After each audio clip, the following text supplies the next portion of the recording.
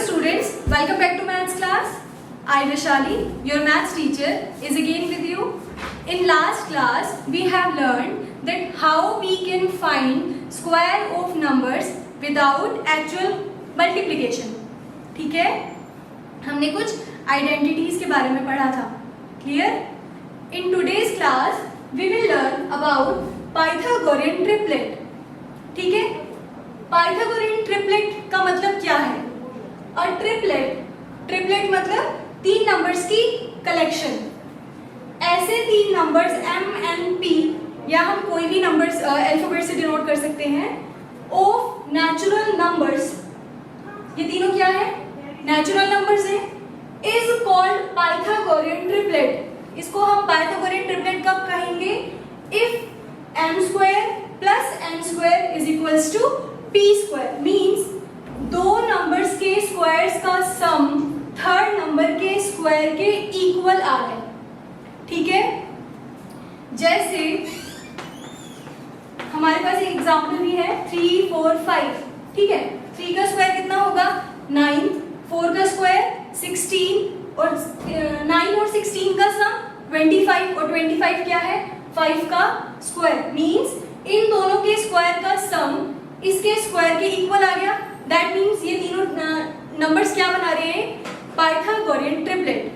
Clear? अब हमारे पास अगर मुझे एक नंबर गिवन है m, तो मैं उसके लिए पाइथागोरियन ट्रिपलेट बना सकती हूँ. m क्या है? Greater than 1. अगर मुझे एक नंबर m गिवन है तो उसके लिए पाइथागोरियन ट्रिपलेट क्या होगा? 2m, m स्क्वायर माइनस 1 और m स्क्वायर प्लस 1. ये तीन नंबर्स मिलके एक पाइथागोरियन ट्रिपलेट बनाएंगे. क्लियर? m की वैल्यू 1 से बड़ी क्यों है? क्योंकि अगर हम यहाँ पे 1 पुट कर दें तो 1 माइनस 1 इज 0. लेकिन ट्रिपलेट में तीनों नंबर्स क्या होने चाहिए? Natural numbers. क्लियर? अब एक एग्जांपल है हमारे पास. Question of exercise 6.2. Find a Pythagorean triplet whose one member is 12. एक ऐसा पाइथागोरियन ट्रिपलेट हमें फाइंड करना है जिसका एक मेंबर क्या है? 12. हमें पता है जनरल जो पाइथागोरियन ट्रिपलेट है वो क्या है? 2m, m square minus 1 and m square plus 1.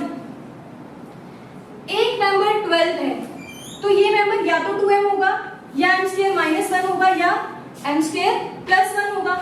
लेकिन यहाँ 12 क्या है? इवन नंबर है. तो इवन नंबर्स को हम जनरली 2m की इक्वल रख के m की वैल्यू फाइंड करेंगे. 2m is equals to 12, then m is equal to 6. 2 6 12. हमारे पास m की वैल्यू आ गई. अब इस m की वैल्यू को तीनों में पुट करके हम ट्रिपलेट बता सकते हैं. जैसे यहाँ पे पुट किया 2 into 6 12 और 12 तो एक नंबर था ही. m की वैल्यू नहीं लिखनी यहाँ पे, हमने 2m लिखना है. 2m एक मेंबर है, m नहीं है. क्लियर? नेक्स्ट क्या है? m square minus 1.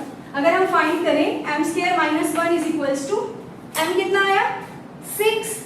तो 6 square minus 1 that is 36 minus 1 means 35. ऐसे ही m स्क्वायर प्लस 1 कितना आ जाएगा? 6 पुट करेंगे m के प्लेस पे प्लस 1. 6 square 36 plus 1 37. क्लियर? तो यहाँ पे हमारे पास ट्रिपलेट क्या आ जाएगा? 12 35 और 37.